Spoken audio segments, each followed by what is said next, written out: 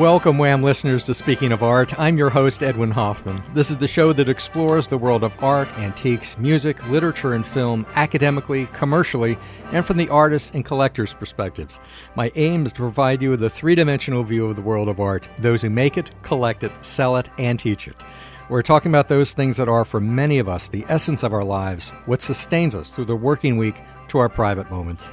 So sit back, relax, and enjoy in that overstuffed chair I've been talking about for so long. This is your show. As you know, we web stream around the world on whamradio.com. Just click the Listen Live icon. And hearing the show on a device is wonderful because it strikes to, relevance, where we can look at the same work of art together. And particularly with today's guest and our subject today, to be able to have that kind of relevance with the conversation we're going to have today. It's all about you and getting you out and about and becoming a part of the cultural community. I would not be able to do, though, what I do every week here at the Wham Studios on Packard Road in beautiful Ann Arbor, Michigan, without my very talented producer, Derek Stone, looking at me through the double glass and making sure that everything is running all right. Children consume our lives and then destroy them. Children drag us towards disaster. It's unavoidable. You see those happy couples casting off into a sea of matrimony, and you say to yourself, they have no idea, poor things. They just have no idea. They're happy. And no one tells you anything when you start out. I have this old school buddy of mine who's about to have a child with his new girlfriend. I said to him, a child at our age? Are you insane? The 10 or 12 good years we have left before cancer or stroke, and you're going to screw yourself up with some brat? Well, everybody, we have a very special program for you today. Our distinguished guest is actor, director, and playwright Paul Stroili, whose latest play, My Mother in the Michigan-Ohio War, will have its world premiere at our beloved Purple Rose Theater in Chelsea, Michigan, running from April 3rd to May 25th. As far as I know, the preview performance is going to be on April 3rd. Opening night is April 11th, but it's going to be running until May 25th. Go to purplerosetheater.org for information and for tickets, of course. Purple Rose Theater, that's theater with an R-E ending, .org. Paul is certainly a friend of the Purple Rose. Indeed, he's a resident artist and to our area, having acted in 6 productions in addition to writing the celebrated A Jukebox for the Algonquin, a perennial hit anywhere it's performed. In My Mother in the Michigan-Ohio War, Paul proves hilariously that some old wounds never heal, either with the founding of the state or with the annual reenactments on the gridiron in Ann Arbor and Columbus. We'll also get a glimpse of Paul's creative life as a playwright, as an actor, and how these endeavors are fostered, made possible by an exquisite sense of collaboration. He might say it's all about communication. Paul Stroili, welcome to Speaking of Art. Hello, Edwin. Thank you so much for having me on. I appreciate it. It's good to be here. I am delighted. Congratulations for the play. Congratulations. My Mother in the Michigan-Ohio War. Thank you. And to have it at the Purple Rose Theater Company, where you have been so often as an actor, and then to have this second, which I know is going to be a hit, just like Jukebox. Congratulations. I've got to ask you right off the bat, because it speaks to our experience. I mean, the Purple Rose is an environment where so many of us go on a regular basis. From your perspective, what is it like there? What's that environment like for you as a creative person, whether you're acting, you're directing, or just simply being the playwright and you're seeing their interpretation of what your work is? What is it about that environment that makes it work so well? Well, I think it's funny because one really informs the other. I worked there as an actor on a number of shows. I was lucky enough, to get cast as the role of Dr. John Watson in the Sherlock Holmes trilogy. So if you're going to get cast in a show, get cast in a trilogy because you have more work. Right. But those were all world premieres, and I got this sort of I sort of took a hiatus for writing for a long time. I had a one-man show that I had great success with years ago, and I had sort of taken this hiatus from writing. But being at the Purple Rose and being involved in a world premiere, in this case David McGregor's Sherlock Holmes series, I sort of had a front row seat to the creative process with new work there, and it really awoke that sort of dormant playwright in me and said, I want to get back to this. And working with the people and seeing how much they cared about creating and crafting new work. Rhiannon Raglan and Lucas Daniels and Jeff, of course. I said, if I bring something here, it will be cared for, and it will be given as good a production as it will get, certainly for a world premiere. And that was really the impetus behind writing Jukebox for that, because it was written specifically for that venue. I imagined that space when I wrote it. I imagined certain casting choices and things like that. So it really, the venue and the theater company really shaped and formed the work, as it was being written. For your work, that physical format really works, doesn't it? Where you have the stage where it is, and you have the audience around on three sides. Format? Yes, I mean it's funny when I think of a theater now. I think of that image inside that theater now. I mean, it works. It's far more common than your standard proscenium arrangement. And also, when you have a theater with 167 seats, like the Purple Rose, the intimacy that affords is really wonderful. I'm the production of a jukebox for the Algonquin that I'm directing now in Kalamazoo. I'm directing it at Farmers Alley here in Kalamazoo, and they've taken it even a step further. It's completely in the round. They reconfigured the theater, so it's kind of fun because everyone is in the Algonquin room with these people in the round scenario.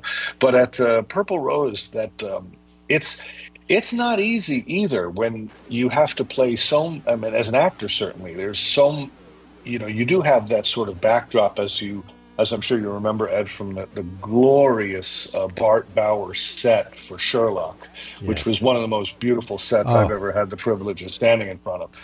Superb.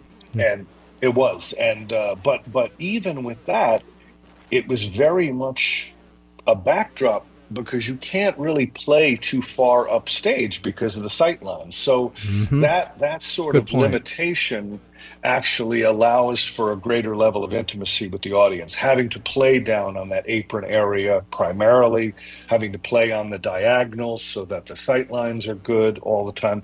And if you're lucky enough to do a couple of shows there, as I have been, that sort of gets in your bones. You sort of know, okay, I can't be standing here. I gotta move through this space and get to this sort of planting area, either down front or down right or down left. So, but I agree with you. I think that proscenium, it's technically proscenium thrust, but it's a very, very common style of theater layout right now. Okay, what are we up for today? Maybe a little Journey or Survivor? I am the tiger. God help me. Well, what do you want to hear? You know what I want to hear, and it ain't no damn CD. I want to hear a nice, scratchy record. Don't get worked up. Music with the seeds and stems still in it. Something with the saxophone. A jukebox record. Not going to happen, my friend. Don't get him worked up. Josefita shoots you down every time. I have faith. Yeah, you got a lot of faith. What you don't have is money for a jukebox. I'll get it. Yeah, at the rate that donation jar is filling up, I hope I live to see it.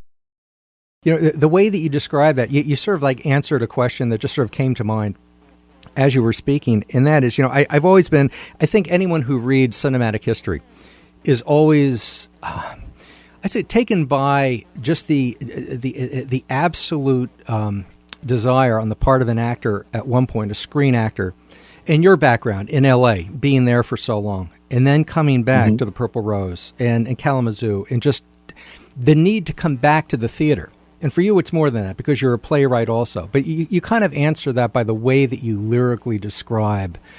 I mean, we've got movies, we have all the ways that they're shot, just all the effects and everything. But the theater, perhaps now more important than it ever has been before, and certainly over the last century. I mean, to reconnect people, nothing reconnects like theater. What do you feel about that? The particular energy, how is it different than your other work, like when you're in it? I think you make a very good point. To the great thing about live theater, especially in this sort of fractured world that we live in, there's a real sort of us and them mindset right now. We're very sort of compartmentalized politically and culturally, and I've always said this, that not only is theater the great unifier, but comedy is the great unifier, because it's involuntary. Laughter is involuntary. We don't know why we do it. It hits us on a visceral level that is something we can't really describe. And for me, the only thing better than laughter is sharing laughter with a room full of people. And, you can't, it's also the individualization of the gift, because if you are in a theater with a group of people, you're sharing an experience that will never happen again. That evening will never happen again. That is even a great the following point. night, even with the same script, there'll be tonal changes. People will be in different moods. The energy from the audience will be different. So that to me is really the essentialness of live theater. And in terms of what you were saying earlier with theater and film, but don't get me wrong, I love the theater and film work when I get it. But if I could go to the crossroads and meet the devil and sign a contract that said, "Here, hey Paul, you will work in live theater for the rest of your days, but you'll never work in film and television anymore," I would sign that contract in a minute, because live theater has always been it for me. And it's just, how it is, Edwin. It's the immediacy of it, and especially for a performer to get that reaction and that response live from a room full of people. It's beyond imagining for an artist to experience that. Beautifully said, Paul. One thing that I love about your work is the way that you are able to convey serious messages with humor. And, it can be done by others in sort of like a ham-fisted kind of way, and one competes with the other, and the whole thing is not it's the whole thing's a parody. With you, your balance is fabulous. Is that the way? I mean, that's, as Americans, I think about the theater experience in America over the decades and stuff. Is that how we get the messages that we remember and perhaps act on, with just the right spice of humor or satire, whatever you want to call it, the way that you do it? Otherwise, you're being preached at. I mean, is that how we learn in theater? Well, first of all, thank you for saying that. That's an incredibly kind thing to say, and I appreciate your remarks. It's interesting because I think a lot of this has to do with the fact that I am inherently a bit of a smartass.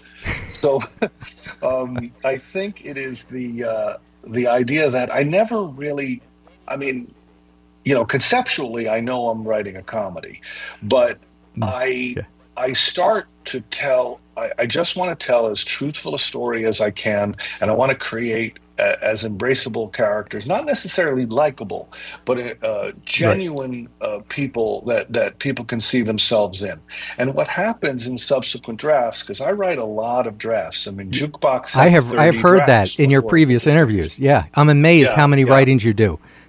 I write a lot of them, and so the humor just sort of rises to the surface for me. And once again, it might be my smart alecky nature or whatever, but so that distillation of the truth, of trying to write truth, sort of brings the humor out for me, so I don't know if it's necessarily the right thing to do or the wrong thing to do, but I know it's worked for me, and I know that audiences embrace it. And the other thing that we are lucky enough to get, if you're an actor and a writer too, is that, because, in all honesty, Edwin, I don't really formally even consider myself a playwright. I think I'm an actor who's written a couple of plays. I haven't really written that much, but I do know that I have a good perspective, having been on the boards and considering the experience of the audience, and from that direction. and I think that informs the work a little bit, and I think that it's one of the reasons I've been lucky enough to have the shows embraced as much as they have been. Beginning with like Straight Up with a Twist, and I want to talk about that just for a moment too, because talk about an endeavor that was supposed to be a 6-week run out in L.A. and it went on for 9 years, and you finally got away from it, to do other things. But I mean, I have always thought of the solo performance, the one-man show, as being, and as a young man, I mean, Hal Holbrook or whatever, just, as Mark Twain or something. I mean, that is really, really tough, particularly when you want to put another nuance into it and another performance, and then going into a collaborative thing like the Michigan War. How do you? Let me rephrase it. I think that people trust you with your humor and with the pathos, and people who can laugh and then cry just the way they did in Jukebox. It's because they trust you because you have empathy. Mm-hmm. That, I think, for me, from my understanding of the creative arts, you have to have that as the foundation. And you have that. Can you speak to that? The idea that the person, you're never vicious. You can be satirical, and you point out flaws, but it's never a viciousness. And you're able to be an everyman while being the main protagonist at the same time. Well, again, thank you for that. That's actually an observation my wife has made too. She said that she's commented that one of the skills of my writing is that I do have an empathy and for the experience of other people, and I think it's informed things well. One of the comments I'm most grateful for in Jukebox is, you're very concerned as I'm very concerned as a male writing dialogue for women. I'm very concerned as a white guy writing dialogue for African American characters, for gay characters, and things like this. So if you're going to write that stuff well, and it's not your personal experience, you have to explore that empathy, or else it's just words coming out of someone else's mouth who hasn't had the experience. That's why I like to do sensitivity reads. I like people to read it and say, does this ring true to you? Does this sound like something you would say? And you have to be fairly egoless about that process, because if the goal is to be truthful and it's not your personal experience, you gotta explore your own empathy, in order to get the dialogue honest. Well said. Well, you certainly get. Let's talk for a moment about a Jukebox for the Algonquin, if we may, and then go into My Mother in the Michigan-Ohio War, which is I'm looking forward to so much, and I know the audience is too. At a time when so many people are being squeezed because they've been reminded politically, governmentally, economically, that they're really on a runaway train and they don't really have control. We feel our lives being constricted and going into the narrow part of the funnel. And what a fabulous environment that you create in that retirement community, sort of assisted living, where these people are living, and they think of an object of something that might, right? I mean, you establish the need and you embody it in the object. Tell us about that object. Tell us about how it brings hope. It revitalizes. It creates action on the part of these people that we basically would think, okay, it's like All Quiet on the Western Front. You go through the double doors in that part of the hospital, you never come back again, right? We're expecting never to see these people again. You give them an extra verve. Can you describe that a little bit? Yeah, I mean, the idea was, having worked in a nursing home when I was about 17 years old, and meeting the people there, and thinking I was going to hate the job, and it was scrubbing toilets and mopping floors. It wasn't exactly glamorous, but I fell in love with the people. So much so that 40 years later, they were still with me enough to want to write a play to sort of honor these people. And it didn't really start, this sort of talisman idea of the Jukebox didn't really start there. I really just wanted to give them something, some communal thing to hope for, and then it became sort of the swap out of because the idea of getting the jukebox for their rec room wasn't it wasn't so much getting the jukebox, it was replacing the fish tank. Because right. the fish tank, that sort of stasis, isolated, glassy-eyed kind of day in, day out existence was kind of a mirror to their lives. And if we take the mirror away and we replace it with the jukebox, we've replaced the mirror with the time machine. And that was sort of the mindset behind that, because there are people in my own family who struggle with dementia and with vascular dementia and Alzheimer's. And even though there's none of that in the play, it's amazing to see how these people change when music is played. And I'm a huge music fan. I'm a huge music nerd.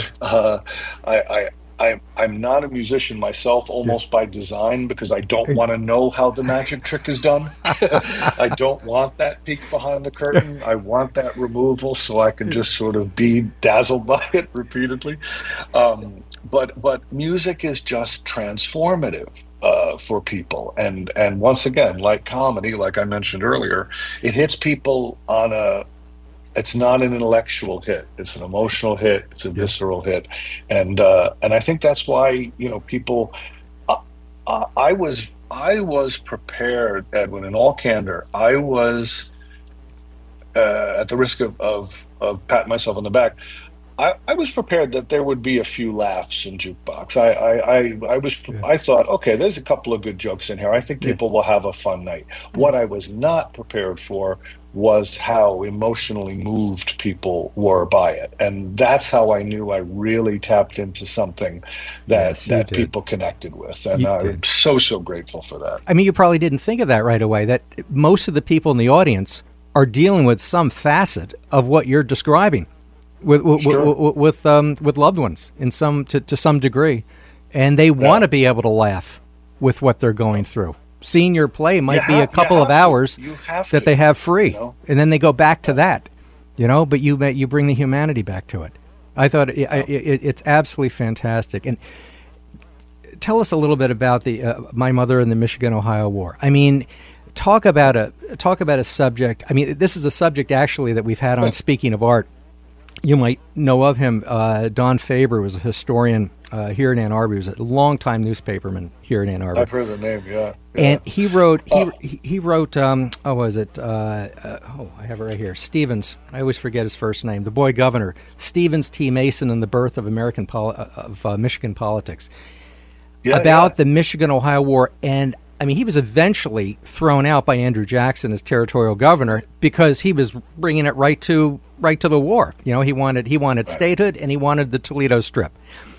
How do you take that founding event that, depending on what side of the border you're on, Michigan or Ohio, it's this sort of heroic thing, or it's resistance or whatever, melds the state together finally in 1835, 1836, and how do you bring that to football, into this family where I love how you say a bizarre papier-mâché accident sort of sets things going. Take it from there. This is a wonderful world that you've created. Well, first of all, we got to get the terminology down, and I find this very funny. If you're from Michigan, it's the Michigan-Ohio War. If you're from Ohio, it's the Toledo War. So it depends on who you're talking to, because they define it both ways. But the impetus of it was actually Jeff Daniels. After Jukebox did well, we were talking about the next play, and he basically said, if you want to take a suggestion from me, write a comedy and set it in either the Midwest or in Michigan, because our audiences like to see themselves on our stage. So I have always had sort of this fascination with sort of like obscure history, and like when I was growing up, I don't know if you remember these books, but I loved the People's Almanac, and I loved the Book of Lists, and all those things that were just unusual facts in history. And you couple this by having a wife who does research for a living. That's my wife's profession. She does research, and so those two things, we just started to look for obscure Michigan history, and the Michigan-Ohio War came up, and I had already had this kind of idea of, the whole thing about reenactments, and not so much reenactments being comical, but because they're beautiful and they're historically significant, but the people that get militant about reenactments that are almost like they're like Star Trek nerds with history. They're just like really like, no, you have to have the thread wrapped buttons in this sequence. Just the particulars of all that. But then so I was like, okay, we'll do that. But then you realize that, well, how do you do a play about historical reenactments, which usually, requires soldiers and battlefields and all of this, on the postage stamp stage that is the Purple Rose, exactly, with 167 seats. So it became clear in the first draft that the reenactment was secondary to the desire to do the reenactment, and so the whole dream is this character, Freddie Campbell, who wants to do this reenactment, but he's sort of juiced for not only Michigan history, but he's also a huge U of M fan.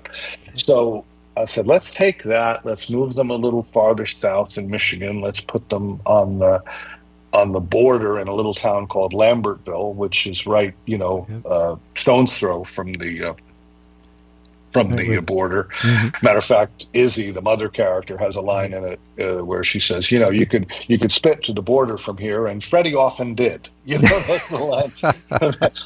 But so that was sort of the impetus for that. But then I said, well, let's take the war as a metaphor even further, and let's make the daughter a Wolverine, and let's make the son have the son get a scholarship to Ohio State and be a Buckeye. And that was sort of the fuse that sort of brought the two things together. And so it's interesting. It's about the Michigan-Ohio War, but it's not. It's about the football rivalry, but it's not. At its core, it's really just about family and losing a family member, and how you sort of readjust when a small family becomes an even smaller family. And I would have to say that's really the gist of it. I mean, it is, much like Jukebox, it is comic. It is primarily comic and broadly comic, but it's my hope that there's those moments of poignancy that make for a fuller evening for people, Well, it's working out. I mean, you said that small family already, losing a family member, becoming even smaller, being confronted with something they probably really didn't want to have anything to do with anyway. And okay, it's a dubious legacy. We're going to do it, but then with that fracture in it, with the son being the Buckeye, right, and the daughter being a Wolverine fan, and the mother, I guess, having to negotiate the two, and they bring the thing to fruition, and they're able to resolve it that way. And I'm not going to ask for any kind of a spoiler in terms of everything being sewn up perfectly and happily at the end, because you work. There are just too many truncations and everything and resolutions in your work. But it's gonna make you laugh, and you're going to be kind of sad through it also, I think, just like Jukebox, or in a similar way. Yeah, I mean, I think, and I think that because it's really Izzy's journey. Izzy is it's Izzy's story. Izzy's the wife, and I know, and I've seen this firsthand. Not firsthand, but I've seen this, that one of the things, especially for in my own family, women of a certain age, they realize, or they struggle against living for themselves. A lot of the times, this Yes. whole model from I'm the last year of the baby boomers, and this model of the 50s and the 60s mother, where you were secondary to family. You were secondary to keeping the family together. There's no harder job than being a mother and keeping a family together. But a lot of women from that period really sacrificed their own identity Yes. for the job of family And being ornamental, so to speak. Yeah, and we're seeing that now. So that's why Izzy is. It's not only her journey, but she's also the narrator, as it were. There's direct address in this. Izzy converses directly with the audience. There's audience participation in this show at a level that has not existed at the Purple Rose before. And I say that I say that with the qualifier that no one's going to be victimized. No one's going to be dragged up on stage kicking. It's not that level of interaction. It's just sort of conversational interaction with the audience. And so she's not only living the story on stage with her daughter and her son, but she's also telling her story directly to the audience as narrator. So I think that gives the evening a different flavor, which is really really fun. That's fascinating. I mean, Paul, it makes me think of Greek tragedy, Greek comedy. It makes me think of Shakespeare. I mean, one of the big messages is that everything runs because of women. Really, the family runs because of women. I mean, we're about the same age, and I think maybe your experience too. I was fortunate enough to grow up in a family where there were real grand dames. I mean, they were under the surface, but they kept things going. They had the clarity of mind. And basically we see this story through, eventually, Izzy's clarity of mind, bringing it to a resolution. Yeah. Is that safe to say? Yeah, very much so. I mean, I'm a huge Leonard Cohen fan. I love Leonard Cohen. And one of the great quotes of Leonard Cohen, which I saw on a bumper sticker maybe like a month ago. It's just Leonard Cohen's, hangdog face, that look, that and the only text on the bumper sticker was, "Can we please just hand it over to the women?" I just thought that's great. Absolutely, beautifully said. We need a panel of women more than the Supreme Court, I think. Something like that. Paul Stroili. Go ahead, please. I just found out something interesting, which I think is just such a kick. There's Rod Stewart opened his show in Vegas last night, and I was reading the article of it, and he has a 19-piece orchestra, and 15 of them are women. So it's like almost an entire female orchestra. So I just thought, oh, that's good. That's a blast. He is fantastic, and oh my God, and he's gotten into music. I mean, what kind of music do you like? Well, I mean, what's I like probably a real range. I like singers that sound like they're in need of an expectorant. Quite frankly, I like Leonard Cohen. I like Dylan. I like Tom Waits. I like Joe Cocker. I harvest a line from Jukebox here. I like music with the stems and the seeds still in it. I like it with a roughness to it, and it's all about the lyrics for me for the most part. That's why I'm a huge Waits fan, a Dylan fan. It's just like Leonard Cohen. When they talk about, I can't believe those people are singers. Well, it's like, the quality of their voice is the least important part of their musical contribution, in my opinion. It's like, it doesn't really matter to me how their voice sounds. My wife would disagree with me here because I can't play Leonard Cohen in the house because she loves when other people cover his tunes, but one day she said, she goes, "It's not that I don't like his songs, it's just his voice fills my heart with black and abject despair." Like, all right, well, what do you say to that? That means it's working. Well, what do you say to that? You write that down because it's such a great line. That's what you say to it.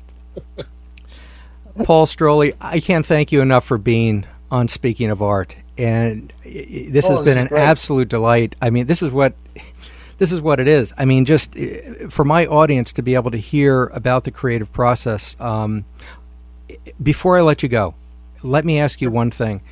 What would you say to the budding, writer, actor, someone who wants to go into directing, whether they are young or old, whatever it is, Right. to stay creative again, kind of like the people in Jukebox, kind of like the family and my mother in the Michigan-Ohio War? How do we rally and assert ourselves constructively, creatively in the world that we have today? What can you possibly tell them? I would say, and when the first and foremost, go to work every day. And what I mean by that is, even if you're going to discard it, write and work the muscle. People think that writing is difficult, and in my opinion, it's not that writing is difficult. It's that not writing is the easiest thing in the world. It's just very, very easy to not do it, because you have to sort of have the discipline. You have to do that, and not to make the whole last part of the show about Leonard Cohen, but he actually said, he said, if you're going to call yourself a writer, you got to go to work every day. You got to go, So I think that's the first thing is to exercise that muscle, but also to write from your own life, pull from your own life, because that's the gifts that you have to offer. But make sure that what you write has enough like, there are a lot of people who write from their own lives, but if that story is only interesting to you, then it's not really an offering. So have it. I mean, of course, it's an offering, but you're going to have a limited audience for that. And I don't think there's any sort of. I don't feel hackish, but because I consider the experience of the audience when I'm crafting a story. I don't think that I'm I'm working at a sausage factory because of that and grinding stuff out. I just think that I want to tell a story, but I want my story to be as engaging as possible so that it will be embraced by people. So, writing from your life is good, but it's not enough. You have to find those things that will connect with people, and Michigan, Ohio War and Jukebox both. There's a tremendous amount of my family in both of those plays. My own experience, my family, and not they're not documentaries, but the people are embraced because they're richly drawn because they're based on real people. It's almost like you continue to distill down. And of course, like the Epiphany, making it relevant to more and more people, from Straight Up with a Twist. I mean, that was a huge thing. You're talking about yourself, and you made that relevant. Now you're doing it using other characters and all that, which makes it seem to me so much more complicated. And you have to, really get, the message across, in very concise ways, impactful ways. And it's got to be that too, because I'll tell you something, Edward. You want to keep people away from a theater in droves. Tell them you're doing an autobiographical one-person show, because everyone thinks it's going to be theater is therapy. Everyone thinks it's going to be like, I'm gonna exercise my demons on stage and talk about how my parents didn't love me and all that.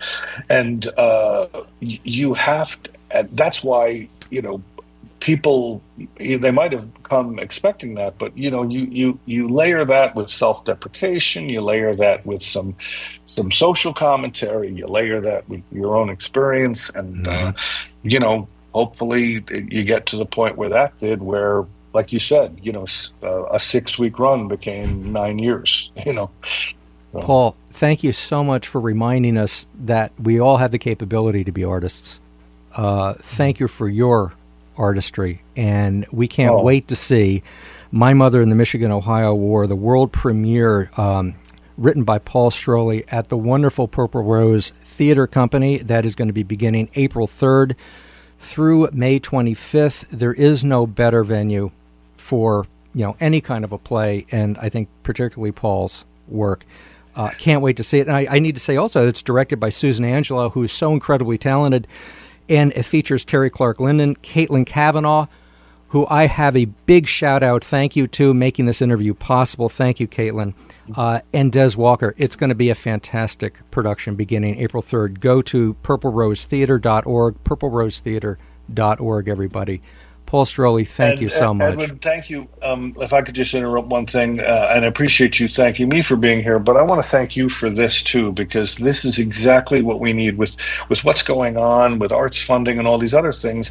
We are reliant, and the artistic community is reliant on shows like this and people like you to spread the word and stoke that enthusiasm for live theater. And I know I speak for Purple Rose when I say how grateful we are for your assistance in this, and we're very, very grateful. Well, I thank you is all I can say. I mean,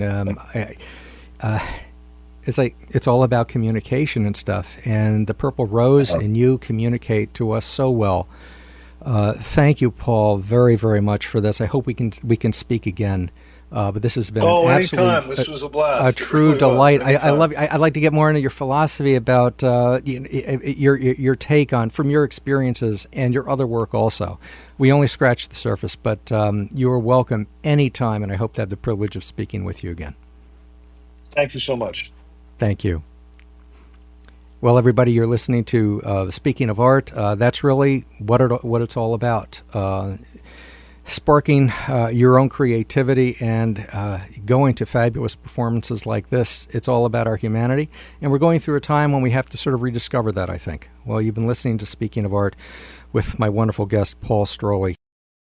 So here is the chef I've heard so much about, given what I've been told, young lady, and I'm really looking forward to this.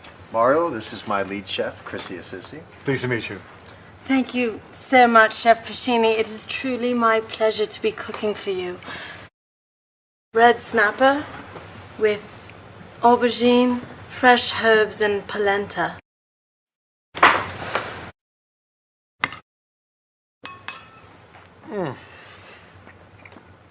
This is the most amazing meal I have ever tasted in my life. You don't understand. I eat in restaurants 7 days a week, you go your whole life looking for a meal like this. I mean, I'm not exaggerating. You are going places. Your ship has come in, young lady. Oh, my God. Paul Stroili, thank you so much for that. Everybody, hello. This is your host, Edwin Hoffman, coming to you live.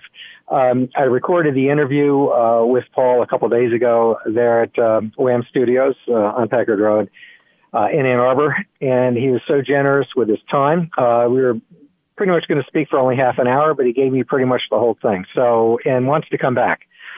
So I'll tell you, that kind of environment is what I love to try to promote. And I'll tell you, it is so easy actually to do this job when you have a guest like Paul. I mean, all you do is think of a few good questions and they go. And I hope, answer some of the questions that you have about acting, about playwriting, just about being a creative person. And I mean that when I say that. And I said it earlier, that we are all artists in some way. We are all particularly adept at something. We don't always get to do it professionally and get paid for it. But there's something that we are very talented with. And we need to be able to continue to exploit that, continue to develop that in our lives. Some of those clips, by the way, I'll tell you, there are quite a few of Paul. If you go to YouTube and you just put in Paul Stroili, Stroili, and you will see various clips. That one of that short of actually just a segment where he is a food critic. He was a chef, and he writes all the time, goes to restaurants all the time. And that one, it sounded so much like something you would see on TV, when you watch it, like one of these Hell's Kitchen shows or something. And he just sort of like goes right over the gunnel with his reaction to the meal that's been served to him, and the whole staff are there, and the chef, the woman who prepared it, she's standing there. Everybody's apprehensive. They have their hands sort of like folded in front of them, and they're waiting for his assessment. And he just goes totally over the top. He is so good with comedy, and then bringing in the pathos too of the situation for his plays. There's another one also called The Beating, which came out a number of years ago, not that many years ago. I think the date is escaping me right now, but I think it's maybe about 2015, 2016 or so. That's excellent. So there's a lot of his work on YouTube. Also, if you go to the Purple Rose Theater .org, that's Purple Rose Theater spelled with an R-E ending, .org, they have him also. And even if you put in Paul Stroili Purple Rose, you'll see the little shorts that he's done for that theater. Also, Paul's got a great website, just simply paulstroili.com, paulstroili.com. So I was absolutely delighted to be able to speak with him, and that he'll like to be able to come back. Well, I'll tell you, this play, My Mother and the Michigan-Ohio War, again, it's a little bit confusing, so I want to go over it with you right now as far as the dates. The previews begin on April 3rd, and those will be open, as far as I know, to the public. The opening night, the official opening night, is April 11th. And it runs from then, so they have it from April 3rd all the way to May 25th. So there's plenty of time to be able to go and see it. There are also special nights for students. There's a big theme night that's coming up. I think that's around one of the preview times, somewhere between the 3rd and maybe the 7th. They've got, you can wear a Michigan costume. I guess if you're brave enough to go in wearing Ohio State, that's fine. I think all are welcome in that forum, the Purple Rose. So they've got a lot of special events and beautiful evenings prepared around Paul's play, My Mother and the Michigan-Ohio War. We touched on a book from a previous guest who unfortunately passed on a number of years ago, Don Faber, Faber. And I was checking, his book is in print. You can order it very easily. And it is about the Toledo War of 1836, 1835, going up just about to the point of our statehood in early 1837.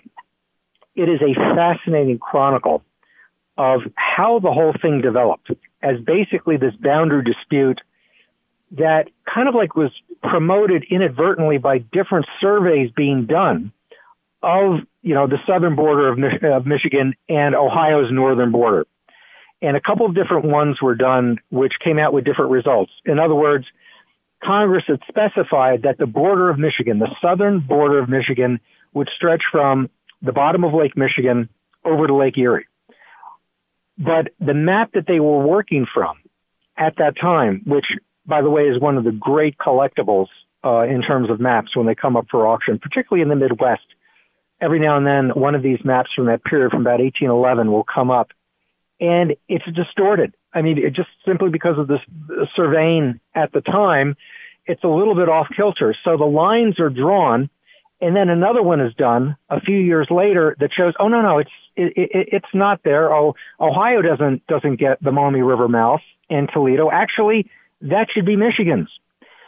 And as this began to really kind of roil in the early 1830s, primarily because the territorial governor of Michigan was really lobbying for statehood at the time. And he was trying to convince Congress, said, look, we've got 60,000 people. We've got the requisite numbers of people to be able to apply for statehood. Please grant us statehood. Once Ohio heard about that in the early 1830s, they said, we've got to get this border worked out. And that's where it all started to speed up from about 1832 into 1835, when the thing was finally pretty much resolved, going into 1836. The big dispute was, and you've all heard about it, the Toledo Strip, which goes from the port of Toledo, the city, and then what was just as important to both sides was the particularly rich agricultural land that went westward from Toledo. And, when you look at the map, just online, just go look up the Toledo Strip. It's just amazing that this narrow area was so contentious at the time, but just because of the geology, the soils in that particular area was particularly good. Both states knew that agriculture was really one of their keys to prosperity, so they fought tooth and nail for it. What else can I say about this? Even a former president, John Quincy Adams, weighed in at one point. John Quincy Adams, when he served his first term as president, he loses to Andrew Jackson, right? He doesn't just sort of go into retirement. They weren't building presidential libraries at that time. They weren't surrounded all the time by Secret Service and all this. They weren't celebrities. He actually says, I've got more in me. And he runs for Congress in Massachusetts and serves in the House of Representatives. He said at the time, he looked it over and said that, I think it's pretty obvious that the argument really is won by Michigan. I think they've got the rights, to Toledo, to the Maumee River mouth, and to the agricultural land. That didn't really help the situation, at all. And frankly, I don't think it really mattered much anyway. It went on, and we all know about, the feud that finally erupted at a farm right there near, just outside of Toledo. And this is where the one physical altercation of the whole war, and we call it the Toledo War, or the Michigan-Ohio War. It's got various names, as Paul enumerated. That there was surveying work was being done, I think, from the Michigan legislature, territorial legislature, still working on that border. And then, I'm sorry, I've got it wrong. The state of Ohio had a team around this farm right near the border and say, okay, the Harris border, we're going to, take a look at this and see whether this is right. They're intercepted by Michigan militiamen who come onto the farm, and there's a lot of shouting, there's pushing, it becomes sort of physical.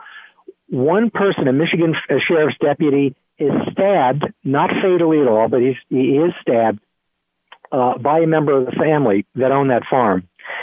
And that is the one casualty of the Toledo War.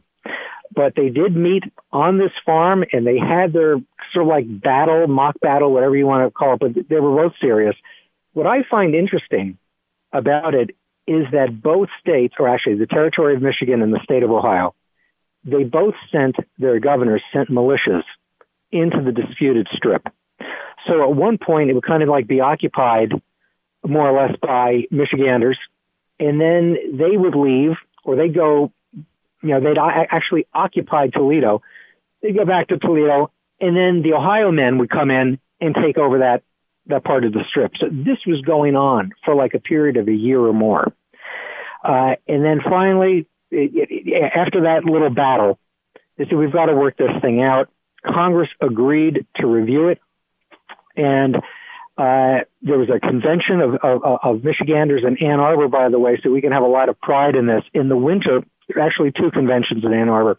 The second one was called the Frostbitten Convention of 1835. Mid-December 1835, it was frigid cold, and all of us have gone through this current winter, and we know what frigid cold is. It was frigid cold, and it was called the Frostbitten Convention. And they pretty much worked it out to the satisfaction of Congress. And the next year, there's a little bit more to that, but early next year, 1837, Michigan is granted statehood. Territorial Governor Stevens T. Mason, who is actually had been dismissed by President Andrew Jackson before the conventions, and he was thrown out as territorial governor because he was causing too much trouble. Ohio, which had so many representatives, it was a very powerful political state. And we're talking about Michigan, which is still a territory. They said, this guy is causing trouble constantly. He's sending his militia in here, and he's a loose cannon. You need to do something. Jackson fires him, has him recalled. Eventually, though, once statehood is granted in early 1837, he becomes our first governor, Stevens T. Mason. I urge you to get a copy of Don Faber's wonderful book, Stevens T. Mason and the Birth of Michigan Politics. I think it came out around 2010, 2013. Don was on the show around that time. Soon after it came out, he was absolutely wonderful. But the book is fabulous. So I wanted to tell you about that again. What a story. The Michigan-Ohio War. Now that's the background history. And of course, it's all contemporized in Paul Stroili's wonderful play, My Mother in the Michigan-Ohio War. So it takes on the political aspect. And I told Paul, by the way, I said, I have known personally people who were historical reenactors. Maybe you have too. Before we moved to Michigan, we lived in Maryland for a number of years, and Civil War reenacting anywhere around Sharpsburg, anywhere around Gettysburg is like a big thing. And you'll have like historic houses and farms and things. And all of a sudden they'll have reenactors there for a weekend over a campfire, pitching tents, living the role. And I mean living the role. You don't want to go up and ask directions of these people because they might look like the people you see in the street. But when you see them in their Union uniform, or you see them in the Confederate uniform, they are totally in character. And they do this for like a weekend. Or, you know, they muster for a battle, like at Gettysburg for a reenactment there. So it was a serious thing. Paul really brings in the comedy in his play. So don't miss it. It's The Purple Rose, My Mother in the Michigan-Ohio War. Thank you, Paul Stroili. Thank you, Caitlin Cavanaugh. Derek, thank you so much. Have a prosperous and artful week, everyone.